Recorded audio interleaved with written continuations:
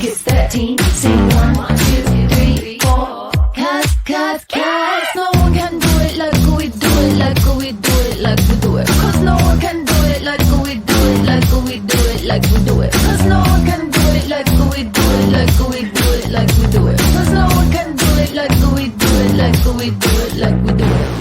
We got the right, so we put the hammer right down. Wanna be like us? You better stick around. If you want it, you gotta prove it. Like we do it, like we do it. Cause no one can do it like we do it. Cause no one can do it like we do it. 1, 2, 3, 4, 3, 2, 1. Cause no one can do it like we do it, like we do it, like we do it. Cause no one can do it like we do it, like we do it, like we do it, like we do it. Hello and good afternoon, and welcome to the exclusive launch of the first ever collaborative research piece from SMRS and Springpod. We're delighted that so many of you are able to join us today to take out time out of your very busy schedules and hear our research findings. My name's Jackie Grisdale. For any of those who haven't met me before, I'm the Youth Marketing Strategist at SMRS, and I work with clients across SMRS who recruit apprentices and graduates, and I work with them on a range of different strategic consultancy projects, as well as being involved across a range of wider attraction marketing and branding and creative activities as well. I've worked in early careers for over 12 years when I was working it out earlier, which is a bit scary, and actually started in a role that was focused on school leaver attraction. Before then, I took responsibility for graduate recruitment, and then just over 18 months ago, moved agency side to SMRS. Inspiring the future generation into their chosen career of choice has been central to my career, although it's been in many different guises. And it's actually a real passion of mine to support education institutions, but also employers to sort of raise aspirations, but also recruit diverse talent pools. So I've been delighted to be working in collaboration with Connor and the team at Springpod and to be able to be bringing those findings to you today. Thank you, Jackie. So for all those that don't know, I'm Connor Cotton. I'm the Head of Employer Strategy here at Springpod, and I've gained experience over the last few years working at Not Going to Uni, one of the early careers job boards, and obviously more recently taking over the employer arm at Springpod and building on existing and potential partnerships. For all those who don't know, Springpod is an online student recruitment platform that enables young people to engage with employers and institutions to find out what pathway is right for them and really help them plan their future. Like Jackie touched on, my personal experience was one of these school leavers who left school at 18 and didn't really know what to do, declined all my uni offers and decided to go down the route of finding a first year job. So this is a matter that's really important to me and something I experienced firsthand. The reason we wanted to deliver and continue to deliver research projects is to really understand this audience better. And so we're aligning our products, aligning the way we work with young people, and more importantly, the way we work with employers and institutions much better. And it's been an absolute pleasure working with one of the leading employer brand agencies in SMRS and Jackie and the rest of the team. But I'll let Jackie do some more talking in terms of who we targeted with this and our first theme. So we've basically we sent out an online survey that was conducted throughout July, and it was shared by Springpod to all of their audience. I was just worrying I hadn't put my mic back on then when I started talking. All of a sudden, those mic issues, hey. So we got a response, as you can see, from just over 1,300 students. And as you can see across those different charts, we got a good split across kind of gender, different sort of ethnicities. We did also ask them a question around whether they were first generation to go to university or not as well. And predominantly the age group of those students that we were speaking to fell in that sort of 16 to 18 category as well. So we collated all those results, and what we've done is analyze them. We've looked at correlations between different answers as well, and we've developed those into 5 key themes, which you can see on the screen in front of you. So we wanted to explore a range of different areas. We wanted to explore about what they were thinking and feeling. So we asked them about the big issues in society. We asked them about their futures, their career planning, who they, what brands they were interested in, how they chose those brands, how they were making decisions about their futures and careers, and how they felt about that as well. And we also wanted to understand how they were influenced, and then most importantly, how they started to think about choosing particular careers and particular employers as part of that as well. So some of the findings have been a bit of a surprise for us, others not so much, but I kind of take that as a little bit of reassurance in that actually we know our audience really quite well. So without further ado, let's get on with exploring each of the themes. So theme 1, we found that it's the big stuff that really matters. So we were asking them, obviously, we know this generation has kind of grown up in turbulent times, and no more so than this particular year, who knew it was going to pan out in this particular way. But we wanted to check in with them and see what they were thinking and feeling. What was actually still really important to them, because we don't want to assume that we know exactly what their kind of big top concerns are. So we asked them about those top 3 issues that they felt most strongly about. And as you can see, we've got all the stats there on the slide for you, and you can read through those quick, and then I can talk through them. But the top issue for them there was racism. Obviously, Black Lives Matter movement had not long and was still possibly one of the main headlines at that particular point in time. So it wasn't a surprise to us necessarily that it appeared highly. And no surprise at all was that it was a top issue amongst BAME students. But actually, when we looked at differences in gender, we started to see that females were actually much more concerned about this issue. Mental health, again, is a top concern, and it's much more spoken about in recent times, but actually it's going to be exacerbated because of the challenging times of this year. We're going to cover a little bit more around anxiety and kind of how people are feeling at the moment in the later section. But my worry is the lasting impact of these sorts of events on young people across their futures, not just necessarily relating to their careers, education. Environment actually appeared highly. So that was the 3rd most important area of concern. So 30% ranked that in their top 3 big issues that were most concerning to them. Attenborough's extinction documentary is probably going to spur a bit of a renewed focus on that, and quite rightly so, in the coming months. But one thing we were surprised, being that this survey was in July, was that coronavirus was only a top concern of 20% of students. We thought it might have been a little bit higher, but then kind of moving times on, and as we've heard some of the recent news stories over the last week, perhaps less of a concern amongst that younger audience. But we did start to see a little bit of a change as we looked through across different ethnicities as well. Kind of gender equality, employment, economy, Brexit, all of those other issues were in those kind of list of priorities, but much lower concern at all appearing less than that kind of 19% that were focused on coronavirus and COVID. So we had to look at career choices, and in particular the things that students look for when considering an employer to apply for. And we asked them around kind of the top things that they look for in an employer, the top 5 things. And what we wanted to do was just quickly see if there was any similarities and any correlation between those issues, such as racism, the environment, etc. And actually, we started to see that there were some clear links based on those issues of concern. So the younger generation are really linking through those kind of bigger concerns with those issues, and starting to think about actually employers' standpoint on those. So as you can see on the slide in front of you, ED&I, it was unanimously a top priority for young people. That content and quality of training and work is, and training and development is really important. Those concerned with mental health actually were prioritising work-life balance when we analysed those results as well. So in terms of what it means for you, well, here's where I start kind of championing things like segmenting your audience and developing personas, and using that how you shape your communication to all of your desired different target audiences.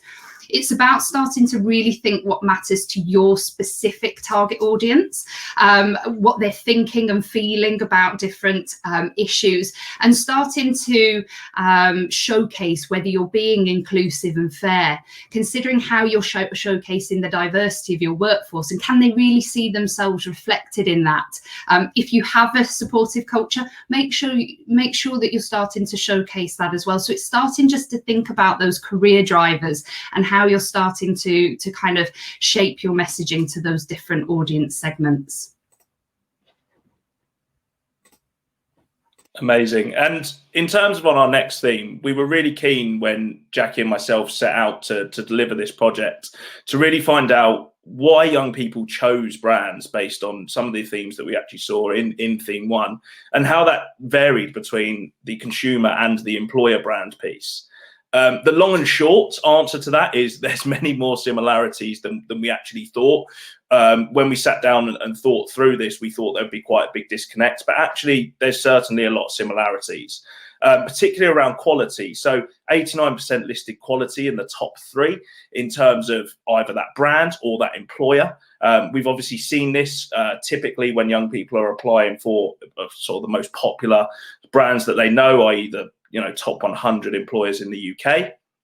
56 selected trust, which we've seen even more so recently on social media with the movements in things like fast fashion. We've obviously more recently seen the Misguided documentary that was really jumped on by young people who were saying that they can't trust brands like that.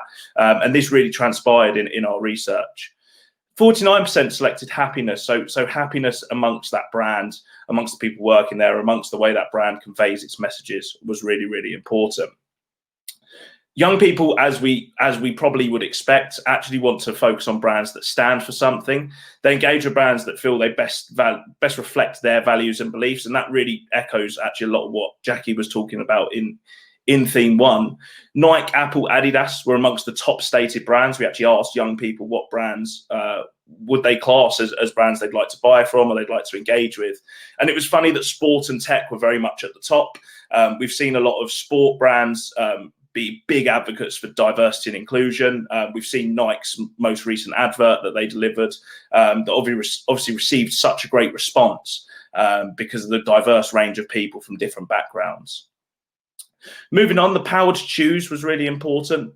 They increasingly chose to switch or boycott brands based on their stand on societal issues. We saw a lot of people boycotting brands that didn't actually jump on things like the Black Lives Matter movement. There was a very fine line between some brands that didn't get involved in that and a lot of brands that did. More recently, you probably would have all seen in the news about the ITV stance on the diversity. Britain's Got Talent dance they did the other day, which was aimed at things like Black Lives Matter, and ITV actually not apologising and saying, well, actually, this is what we stand for. And young people have been really good to now focus and say ITV are the brand they want to engage with in terms of in the television space. So young people control their relationships they have with brands. They aren't sort of just focusing on engaging with anyone. They really do want to choose who they engage with based on their own thoughts and feelings. So how do these actually affect career choices? Young people really care about unbiased and fair workplaces, which is something that I don't think anyone's shocked about, again, given what's happened more recently and given the serious increase in things such as women into STEM and so on. So more female, 67%, Black students, 78%, and Asian students prioritise this. So it's really clear to see that if you do want to engage with this sort of audience, they really want to ensure that they're going into an environment that is unbiased and is fair. And 46% of students actually rated the quality of training and development programs as extremely important, which rose more to 51% for females and drops to 41% for males, which was something I think we were somewhat expecting. There's always been a bit of a knowledge amongst employers that say that females are often much more engaged in the training elements of things such as apprenticeships and graduate programs, and we certainly felt this with the research. Those that chose a consumer brand based on it making them happy prioritise work-life balance more than attributes like quality and trust. So there's clearly an idea that they want to be happy in the workplace at the end of the day, and they just want to be happy with everything they engage with. 26% of males felt access to the latest tech was a significantly more important area of consideration when choosing an employer, whereas only 15% of females rated this as extremely important. And again, there's certainly going to be a bigger push from employers, as we've seen, in terms of raising awareness of STEM and technology and so on amongst that female audience. Finally, 48% of black students consider the starting salary extremely important. So there was a massive spike compared to the average of other ethnicities, which is 39%. However, when you do look at this, it does show that salary is certainly still a contributing factor for most young people in some way. Given that a lot of employers don't actually showcase salaries, this could be a big reason why a lot of young people are actually potentially not applying because they do want to find out more. So what does this actually mean for you? The first point around societal issues and actually making sure you're careful about your stance really relates back to what I was saying at the start about the Black Lives Matter movement. We saw countless brands not get involved in that, and a lot of people boycotted them brands because of it. It's really important in a consumer brand sense, but also in an employer brand sense, you really make yourself clear on what your thoughts are on these issues and making sure you communicate them in the right way, in a fair and an all-inclusive way that makes young people want to be attracted to you as an employer. We're in a Glassdoor age. You only need to go on Glassdoor online and you're able to see reviews on countless employers. And if you haven't got that kind of message being portrayed by your employees as well, then you're going to be fighting a losing battle when trying to engage this audience. The employer brand values and attributes have to be tailored for this market. All too often, and we kind of got this feeling from the research that I think young people don't actually think that employers are focused on the youth audience as much, and often a lot of the message in a careers and recruitment point of view is the same for adults and for senior hires as it is for early careers. But actually, there is a real need amongst young people that they want something a bit more bespoke and a bit more targeted, and that falls through to being always authentic and that Glassdoor approach. You've got to see young people as more than just Gen Z collective. So you've got to see them as young adults and young people who are actually going into the workplace for long-term careers and so on. And that's really important in terms of emphasizing that amongst organization values and purpose and the way you get that across in your messaging. Okay, thank you, Connor. So we took a closer look at sharing. We couldn't do any surveys with young people without taking a look at what they're doing in terms of social media and how they're sharing information. And actually, there were some surprises in here, and one of which was word of mouth. So we asked young people how they would share information about something that they found interesting. So whether that was a brand, a product, a TV show, anything like that. And we wanted to sort of say, you know, how are you going to share that information with other people? So we gave them a whole range of different options, and actually word of mouth came out on top. The reason, you know, why that's a bit of a surprise, perhaps we were thinking they would share a link on social media or share a link via email with somebody, hey, check this out. But no, actually it's much more behind kind of closed doors, that communication's going on. So actually a really important consideration when you're thinking about that kind of word of mouth and using your people to talk about your opportunities. You know, those friends, parents, they're really influential, and a lot of that communication's going on where you can't hear or see it. So they're having a big impact. We also asked them about how they'd like to receive their kind of important information. So important information generally, but also then careers related information. So again, we gave them a whole long list of channels. And as you can see, their email quite clearly came out on top by way of which they wanted to hear about both careers information, but important information generally. So yes, absolutely use things like apps and social media to cut through, to raise awareness amongst those audiences that you might not have engaged with before. But when you really want to get a message to land home and it's got that important information, then rather than sending them a text message or WhatsApp, do make sure you're sending that information through to them on email. And back to my point earlier, actually, is around segmenting the audience. We also asked them, as you'll see there, around the social media and video preferences. And what we've done is looked and analysed those by different demographics. And as you can see through the middle point there, we actually start to see some real strong preferences coming out in relation to different demographics. So as you can see with social and video there, TikTok, we're all hearing about TikTok, it's all the rage, soaring in use. I'm not a fan, but you know, it's not intended for me necessarily. But actually we see a strong use amongst the audience. So 35% of them are saying that they're using it daily. But when we look at it by females, that actually rises to 47%. But we see a different story when we look at YouTube. So the preferences amongst males. So as you'll see there, 65%, I think it is, that are using YouTube overall as a channel, but it rises up to 77% for the male audience. So it's really important to start thinking about where your audiences are. And it's certainly something we do across our different clients. So we take an agile approach to managing budget. So what we'll do is track content that's out across various different social channels, and we'll actually track that into CRM and ATS systems. So what we can do is start to see what type of students that activity is driving, and then we'll start to shift budget to those different channels to upweight that if they're looking to attract more of a different profile or demographic of candidate for their opportunities. So it's really important to think not only when you're putting organic content out, but also when looking at your media budgets as well. And we also wanted to mention influencers. As many of you who have heard of Springpod before, that you know that they've done some recent research around influencers. And it's no surprise to many of us working in the early careers audience that parents and teachers are the top influencers, followed by friends as well. But interestingly, what we did was ask them about how helpful they found each influencer group in terms of the advice they gave them about career-related activities. And we gave them a 5-point scale. Now, all of them ranked reasonably well. But what was interesting to see is although parents and teachers are the top source, actually they're considered the fourth most helpful.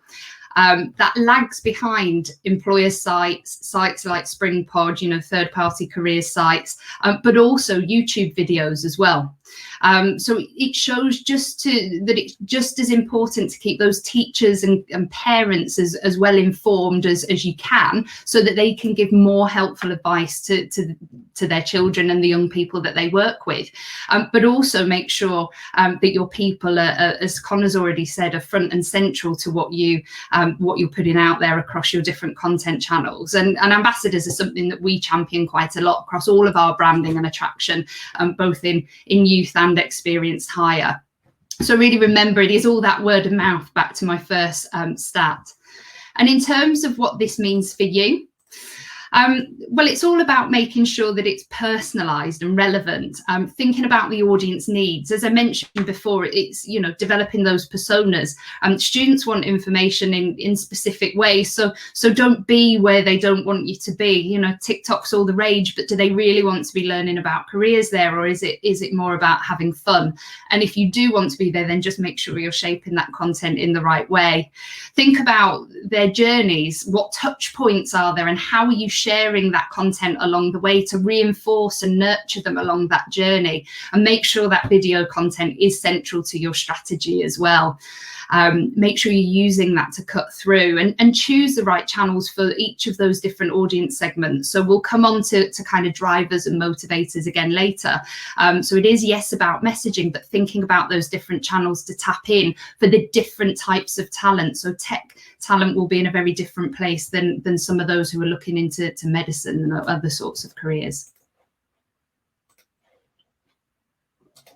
Thanks, Jackie. So when we put this together, what we really wanted to delve into further was actually thinking more about their careers choices. We've touched on it already, but we wanted to find out more about the methodology behind how young people are picking their careers, and actually when they're picking their career options and choices. It will be no shock to, I'm sure, a lot of you that 75% of respondents actually started considering their jobs and careers by the time they get to year 11. There's certainly a lot more pressure from schools, from colleges, in terms of the way you pick your options and so on, being shaped around that careers education piece. But something that we hadn't necessarily thought of, but has certainly been something that we've seen more in the news more recently, is actually young people in primary school deciding on careers and starting to think about what they want to go into long term. And 16% of young people that we surveyed were actually saying they were considering this. And there's been a lot of research recently that the BBC have released about, your careers aspirations are already limited by the age of 7. And we've obviously seen a huge increase in young people saying that career pathways such as teachers are their most popular at this age, because it is such an influence by your surroundings. 23%, however, were saying that in years 7 to 9 was when they started careers education, which does correlate to starting to think about your GCSE options and that push from secondary schools.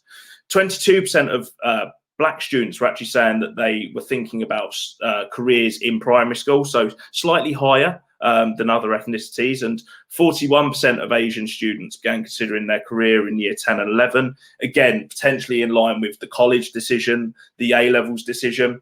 There's a real importance around year 11, obviously deciding what A-levels do I want to study? Do I then want to go down the university route? When I was going down that route, it was things like the English baccalaureate that you had to do, and then that was pushing you down the UCAS pathway. And there's still certainly a correlation with young people thinking that way now. 23% of males, and I'm sure there's going to be a lot of females watching this laughing at this, were saying that they leave it as late as sixth form to actually decide on career pathways, and only 17% of females actually said they left it this late. So there's certainly, yes, it's not massive, but there's certainly a bit more young gentlemen who are saying, actually, we'll leave it, we'll do my A-levels, I'll go to sixth form, and then I'll see what happens, which you're preaching to the choir, because that's pretty much what I did. In terms of in their spare time, and this was something we wanted to understand, was, are young people only shaped around their school's careers education? And we're going to actually have an ex-careers leader coming on shortly to actually talk about his views on this. But are they actually going away in their spare time and engaging in careers and finding out more? And 77% of students said, actually, yes, I'm actively thinking about my career in my spare time, which could be when they're out and about and they see something and they think, actually, that's somewhere I'd like to work, that's something I'd do. Or that could even be research. 85% of those aged 19 to 21 think about careers in their spare time. So that other bracket is that younger sort of audience. And 56% of 16 to 18-year-olds spend time in school and college thinking about their career, compared to the average 50% overall. There's obviously a huge push from schools, colleges now to support with careers educations, with internal careers leaders, with Gatsby benchmarks being introduced. And it's certainly something we see at Springpod, with more and more young people actually engaging with Springpod in the classroom on the web app. We've seen from the age of 13, we engage with students, and we're certainly seeing that it's not just in school and college, it's also on the go. In terms of these young people being very future focused, we wanted to find out, what is it they're actually then thinking about in terms of career pathways, and also what the stresses and so on. There's certainly a lot of anxiety about the future, and none more so now. A global pandemic really didn't help this audience, and this is an audience that was already anxious about their career, and 57% of the students we surveyed were saying they were anxious and nervous about their future. And I'm sure there's going to be many, many young people sat there. I know friends of mine and a lot of employers who spoke with have said the amount of young people contacting them saying where applications aren't opening when they were meant to, where job roles are getting cut. They are very anxious in terms of, am I going to get a job at the end of the day? Amongst females, this actually rises to 64%, and with males dropped slightly. So there seems to be a bit more confidence from males that they're going to hopefully find the right pathway. So there certainly could be a correlation around young people leaving it, young males leaving it late and just almost winging it in some ways, whereas females seem to be much more forward planning, as this research shows. 27% of females actually said, and this is a very small percentage, actually said they felt confident about the future. Now, when you consider the number of young people, that's an incredibly small percentage of females actually saying, I feel confident for what I'm going to go into. So it's really, really important now more than ever that employers are still, even if you're not recruiting, supporting this audience, whether that's CSR objectives, which we'll go on to in a moment, whether that's just engaging them, even if you're not recruiting with employability skills. A lot of you that are actually watching this would have engaged with Learn Lounge, which was one of Springpod's series that we delivered for lockdown, to support young people whilst they were sat at home with inspirational speakers. But also employers. So we had the likes of Nestle delivering employability skills about apprenticeship application support, about communication skills and so on. And it's so important for employers to still make that noise and still support this audience to try and combat that confidence that they're really lacking. When we surveyed them, we wanted to know a bit more about that university apprenticeships divide, which is common knowledge amongst everyone and it's spoken about a lot. And university does actually still remain the favoured destination amongst young people, which I don't think will be a shock to a lot of the employers watching. We're still seeing, more recently, we saw a record number of applications, which was in the news for university, also a record number of deferrals as well, within university as well. So it's interesting to see how it's still very much amongst the young people we surveyed the highest pathway they see. Amongst Asian ethnicity and females, university is much more highly rated, and it's followed by further education, apprenticeships, gap years, and other qualifications.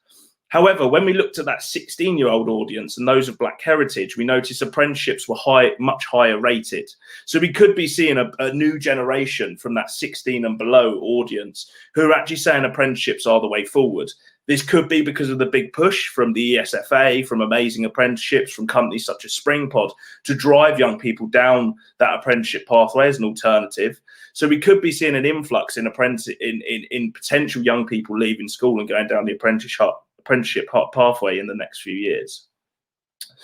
In terms of what young people want to do, and again, I'm sure there's going to be no shock that STEM subjects were very much at the top.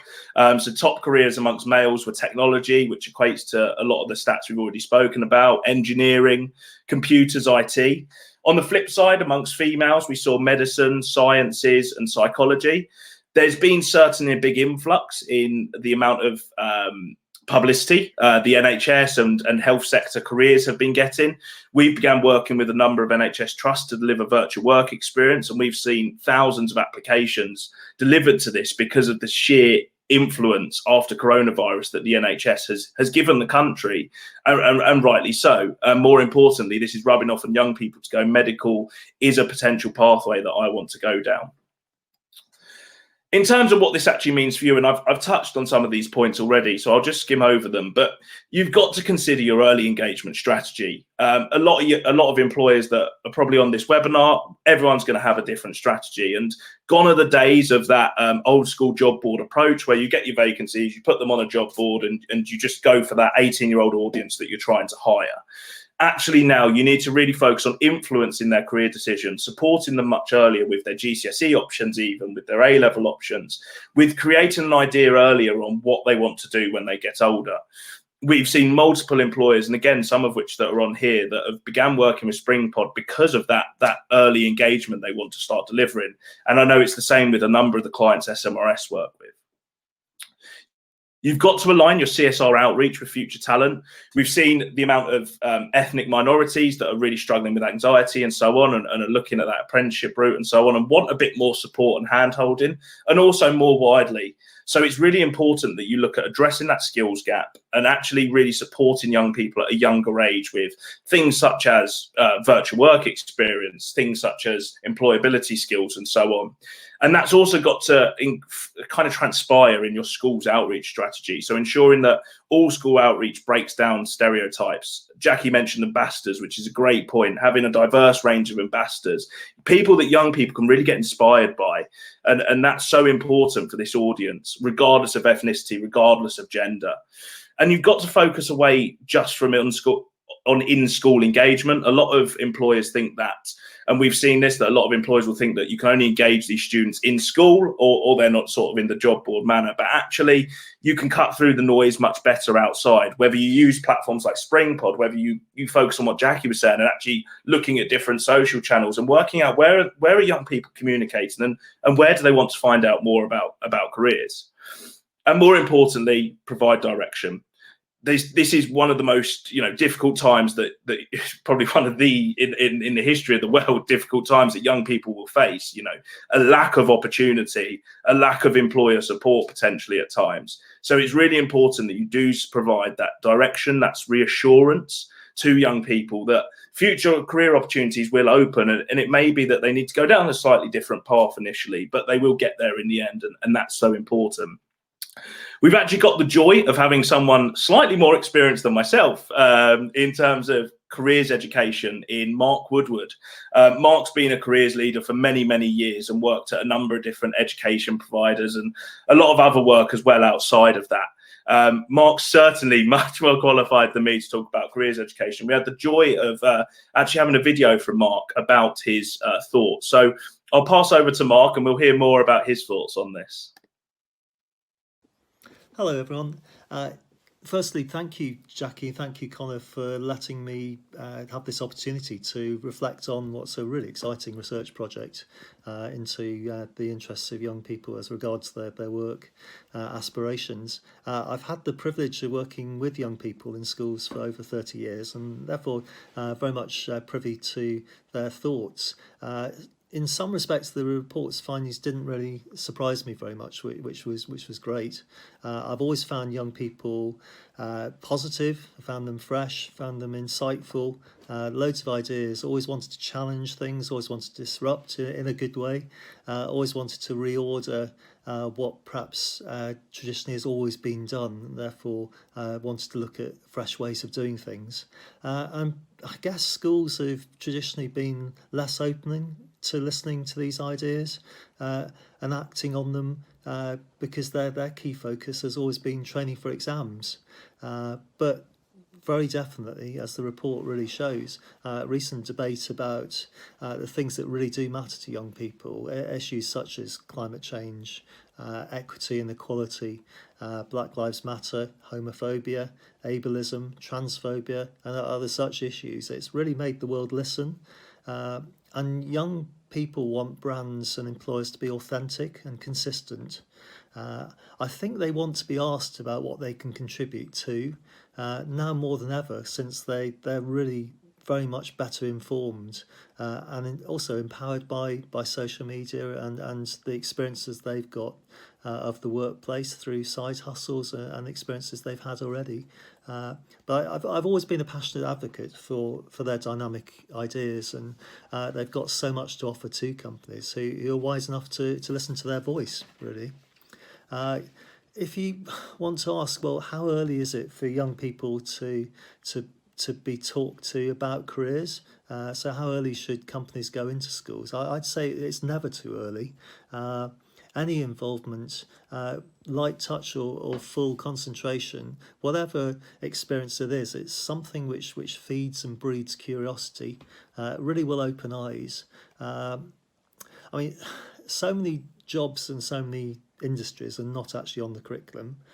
So any involvement from companies, industries going into schools really does raise aspirations, opens eyes and benefits all parties.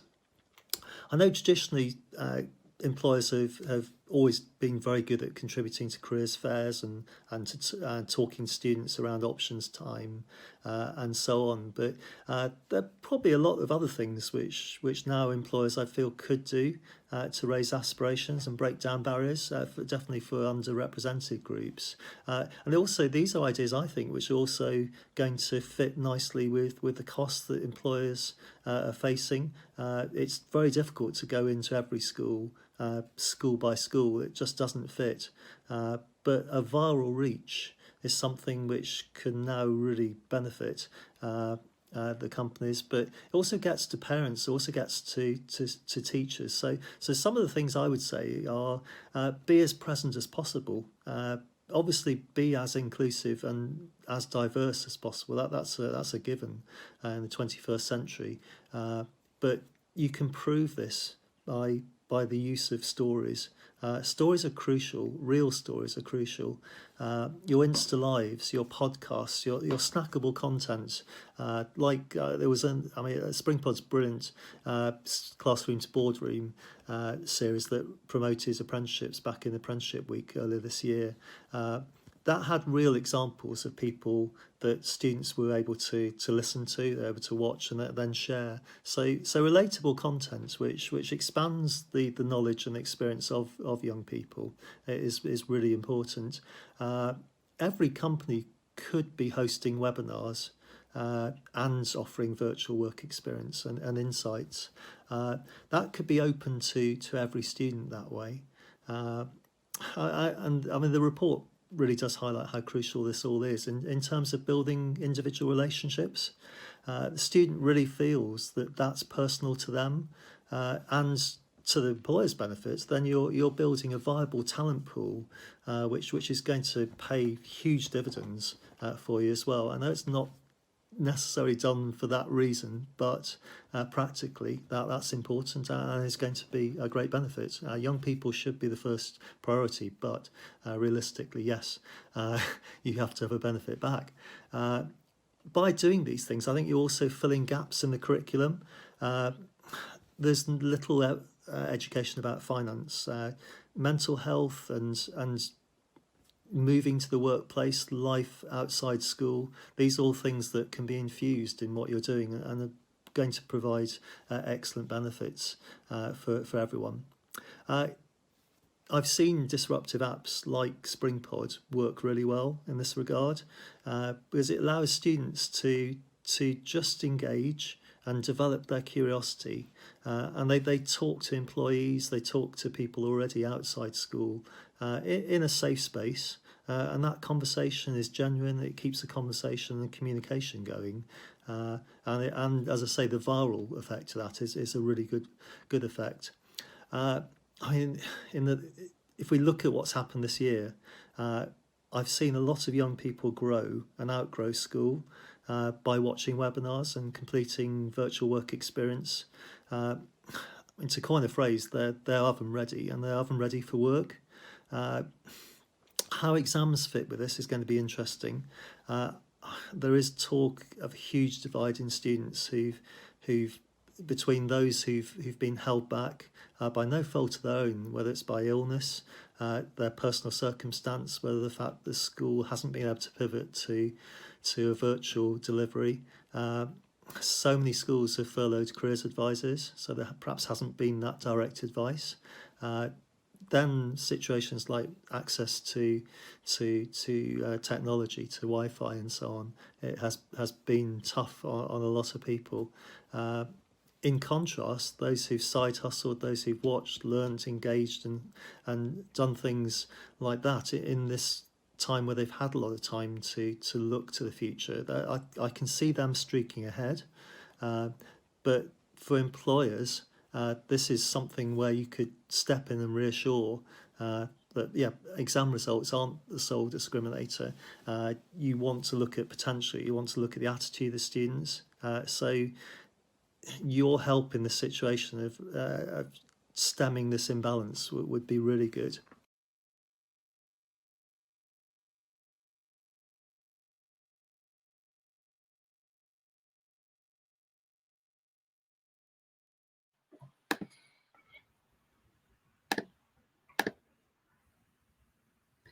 Brill. So that was great to hear from Mark. And just whilst we're waiting for the slides to miraculously reappear, with somebody doing a little bit of wizardry behind the scenes for me there, because I don't think I would have figured that one out for myself.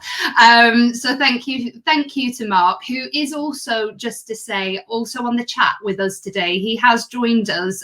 He's managed to join. So we didn't point out at the beginning, but we do have the opportunity for you to pose questions through that Q&A chat button that it's either there already on the the side panel for you, or if you just see the little chat icon, you can pull that up. And if you go to the Q&A tab, you'll be able to type your question in and ask that there. So Connor's going to host the Q&A, and we've got our final theme that we're working through now, so theme 5. So do put that in there. We also have Rachel Ditchfield with us. You might have seen her on the presenter list there. She was the research expert that's done all the analysis for us. So if you've got any specific questions about any of the data points that we've covered, then please do post those in as well, and she'll either come back and directly answer those, or she'll pop the information through to us, and we can share that with the whole audience for you. So do use that chat and that Q&A functionality in order to submit some questions whilst I'm taking you through this final 5th and final theme that we've got to share with you. So this one is all about kind of career motivators and drivers, how students are choosing careers, what's important to them when thinking about their different careers, and thinking about employer choice as well. So what is it they're looking for from those different employers? And as you can see, we've got a range of different stats here on the screen, and the welcome video and some of the information we shared earlier on, you can see that 70% of those students that we asked, those young people, stated that having a job that means that they can make a difference was it one of the top 5 career considerations for them. So that was stand out by far the kind of leader, closely followed by being wanting to be challenged on a day-to-day basis. But when it comes to making a difference, actually, for those who wanted to pursue a career in medicine, so we had a little look at all the different career choices that young people had selected, and we looked at how those career drivers, kind of how strongly they correlated through and how true they were being to what they were thinking there. And actually 82% of those who chose medicine as a career that they were interested in pursuing were seemingly doing that because actually they're wanting to make a difference. And as Connor mentioned earlier on, the likelihood is that some of the wider factors, wider considerations are influencing that as well. They've seen how important it is to make a difference. 60% wanted a job that allows them to give back to society. Again, so still a kind of top ranking kind of career driver for young people, but 57% wanting that good life balance. And we start to look at the priorities of kind of career choices and employer choice as well, and how close they correlate in a couple of slides time. But as I say, we've segmented everything to kind of look at different genders and ethnicities. And we just thought there was some interesting findings around kind of that making a difference, giving back to society and having a good social life, and how those different priorities and career drivers ranked amongst different genders, with making a difference being much more important to females than males, with them scoring kind of 73% of females there saying that was a top career driver for them. More females wanting to give back to society, but men there are all about the having a good social life. There was obviously they performed strongly for being challenged and stretched on a day-to-day basis, but we didn't see so much of a difference between the different genders there. One thing for me, with a history from a sort of professional qualification background, I obviously had a look at where professional qualifications ranked on that, and actually it was a top career driver by just 27% of young people. So personally found that quite an interesting finding. Just move that slide on.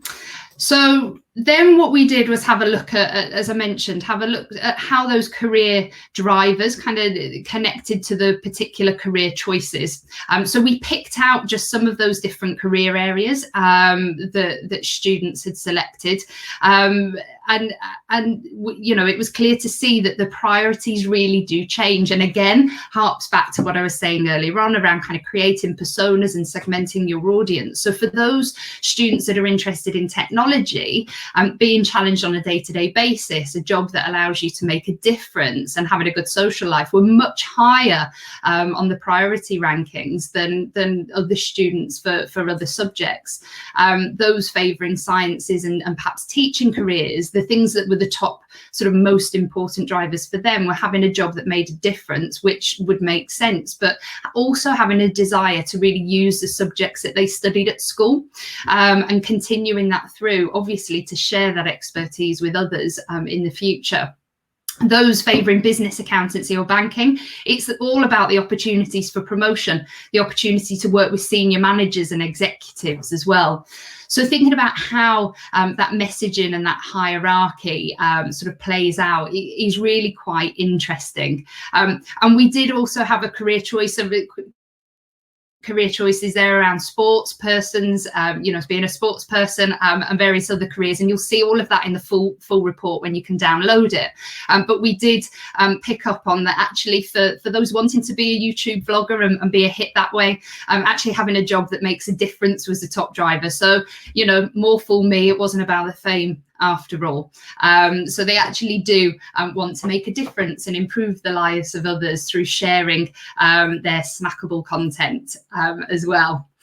And in terms of what young people are looking from employers in particular, so we talked about those kind of bigger career drivers, but then we looked at the employers in particular. The top stat there, as you would have seen in the video, and I think we shared it on one of the early slides, is that actually ensuring that an employer has an equality, diversity and inclusion policy was listed as an extremely important factor for them, and it was higher amongst females, BAME students, Asian students, Black students, all finding that as a really important feature for them. Quality training and development programs. So we talked about quality being a top driver of brand choice, and they're looking at your development program as well. And whilst professional qualifications perhaps or having a structured training and development program isn't necessarily a top driver of career choice, they're actually taking that as a given, I think, because when they're choosing a specific employer, yes, they are very concerned about it.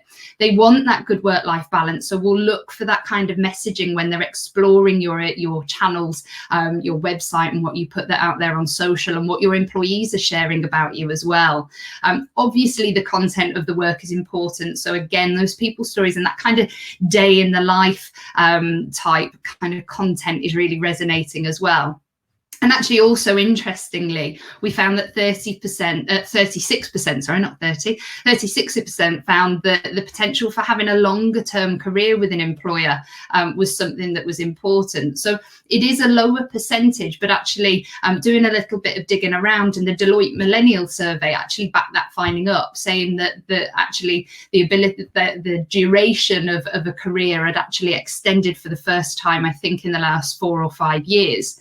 It could be an impact to the current situation, a desire for stability perhaps, or it could be actually that they are a little bit more values driven and have those traditional values as well, and they're holding true to them when they're coming to considering those employers. So we might be starting to see a little bit of a shift there.